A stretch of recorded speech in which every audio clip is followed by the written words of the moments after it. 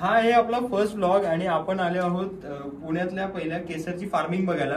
आणि पुण्यातल्या म्हणण्यापेक्षा ही भारतातील पहिली केसरची शेती आहे.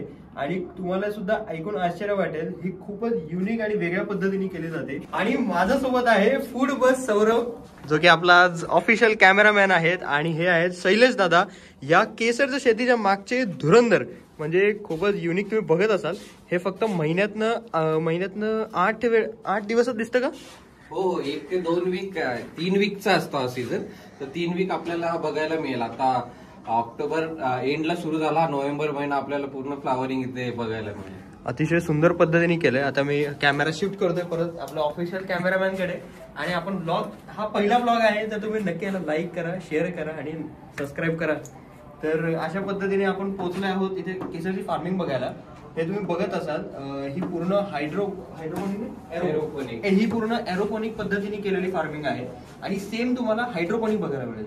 हायड्रोपोनिक जे आहे ते तुम्हाला पूर्ण देशामध्ये किंवा विदेशामध्ये सुद्धा ती पद्धत सापडणार नाही, कारण की आतापर्यंतचं हे पहिलं एक्सपेरिमेंट आहे.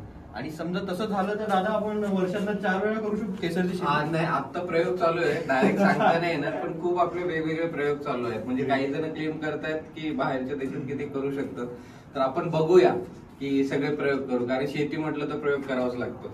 आणि याच्यामध्ये आपले इंडियन फार्मर्स खूप पुढे आहेत. आणि अशा पद्धतीने तुम्ही बघाल, ह्याच्या बघा तुम्ही, हे केसरचं आहे, आपण बिया म्हणू शकतो याला. आणि ह्याच्यामध्ये तुम्ही बघाल 3 केसर आलेत आत्ता. म्हणजे ही ह्याच्यामध्ये खालती पण रूट्स येतात बऱ्याच वेळेला, आणि त्यानंतर अजून ह्याच्यातनं केसर येतात. तर समजा तसं झालं तर अजूनच ग्रोथ मिळेल. आणि शैलेश दादाकडनं पण खूप मोठं कॉन्ट्रीब्युशन आहे, कारण की अशा पद्धतीचं फार्मिंग आतापर्यंत झालं नाहीये. आणि कंटेनर फार्मिंग आहे.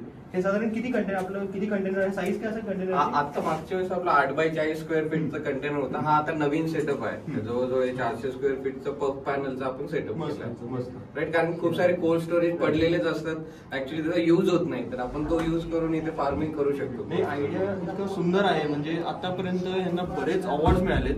म्हणजे पॉलिटिशियन्स आणि पार गव्हर्नमेंट पर्यंत यांचा हा विषय पोहोचलेला आहे. तर लवकरात लवकर तुम्ही सुद्धा इथे एकदा भेट द्या. हे केसर तुम्ही जे बघताय हे सेलिंग साठी सुद्धा आहे.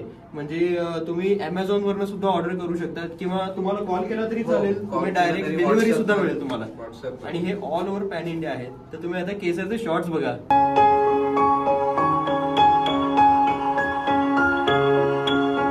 हे तुम्ही बघत असाल, हे आहेत कंटेनर, जे मी तुम्हाला आज सांगत होतो. हे आहे कंटेनर.